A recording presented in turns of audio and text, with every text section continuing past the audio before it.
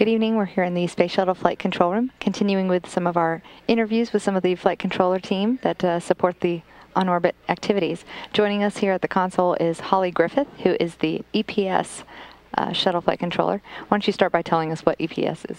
Okay. EPS stands for Electrical Power System. So we manage the electrical systems of the shuttle. That's the fuel cells and also the cryogenics. So if you've ever seen Apollo 13, and obviously that was a much more serious situation, but we do the same thing just for nominal ops. And tell us about your background. What led you to this job? I'm a mechanical engineer. I've always wanted to work at NASA. It's the only thing I ever wanted to do. It just, you know, as a little girl, seeing the things that they did, I mean, what's cooler than that, you know? So I figured engineering would be the best way to go, and all the way through school, working through college, I tried to tailor everything to put me in the best position to end up here. What was it in your background or growing up you think that attracted you? I don't know. It's just something that was always there. It's just something that I've always wanted to do. There was never anything else. I can't really explain it. And where did you go to school? And tell us about how the coursework was, what you liked most about that training. Well, I'm from Louisiana, so I went to school there. It's a smaller college called McNeese State University. They have a good engineering program, and so I would just tried to tailor all of the classes I took and everything more towards the aerospace or what I thought would work out the best to come to NASA. So in your current job, can you tell us a little bit about what you like the most about your day-to-day activities? What I like about the job now is definitely the variety. We don't do the same things every day. One day we might have a sim, and the next day, you know, we'll be in the office or do something else. So it changes from day to day, and I like that because there's never a chance to get bored.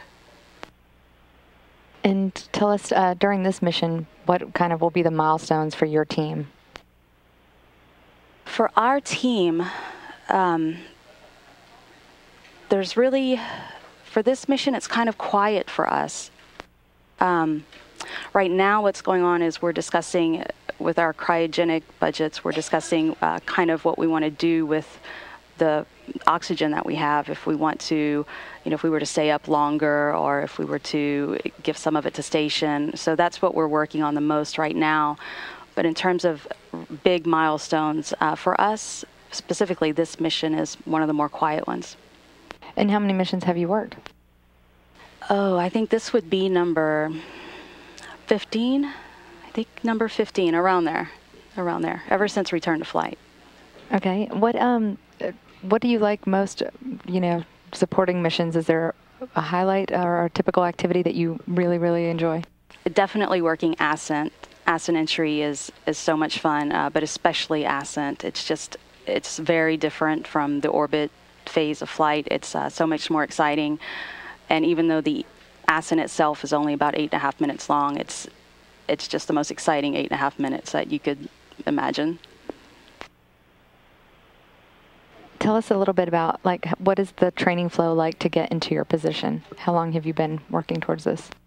I've been here for a few years, and this is, well, the ascent entry certification was my second certification, and so we do a number of sims. We have to accomplish a certain number of objectives for each different training flow, and once we get a certain number of objectives, then we have different stages in our sim training where we'll have you know, a midpoint sim or a final sim where the failures are more directed towards your specific discipline. And once you pass those milestones and you do well on those sims, then you get certified.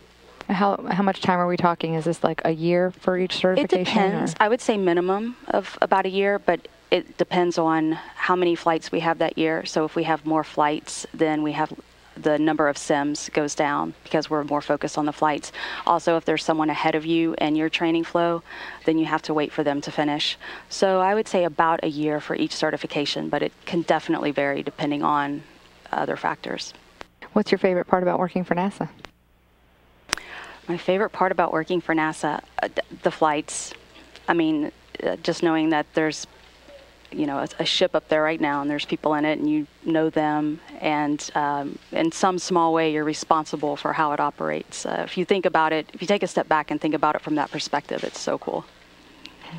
Do you have some advice for people who might be interested in a career like yours?